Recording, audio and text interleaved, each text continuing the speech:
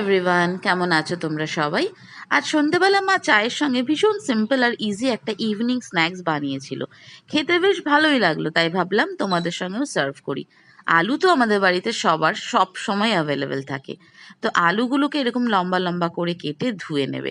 তারপর গ্যাসে একটা বাটিতে জল দিয়ে নুন দিয়ে আলুগুলোকে দিয়ে দেবে। যখন জলটা ফুটবো ফুটবো করছে তখন গ্যাসের ফ্লেমটা বন্ধ করে দিয়ে আলুগুলোকে এরকম করে একটা ঝুড়িতে জল ঝরা দিয়ে রেখে দেবে।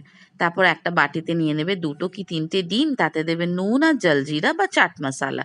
ঝাল খেলে একটু গোলমরিচ গুঁড়ো বা লঙ্কার গুঁড়োও অ্যাড করতে পারো। তারপর একটা বাটিতে নিয়ে নেবে ইকুয়াল পরিমাণে ময়দা আর কর্নফ্লাওয়ার, আরেকটা বাটিতে নিয়ে নেবে বিস্কিট ক্রাম্ব।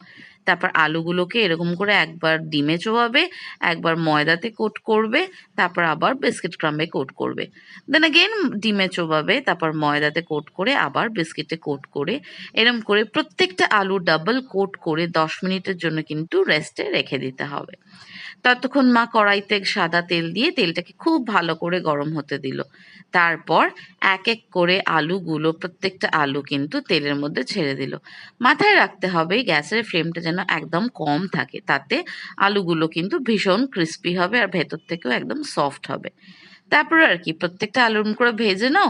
গরম গরম জলজিরা বা চাট মশালা স্প্রেড করে চায়ের সঙ্গে সার্ভ করো।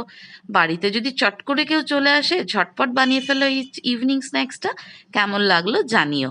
রেসিপিটা ভালো লাগলে শেয়ার করে দিও, আর চ্যানেলটা ভালো লাগলে সাবস্ক্রাইব করে পাশে থেকো। টাটা।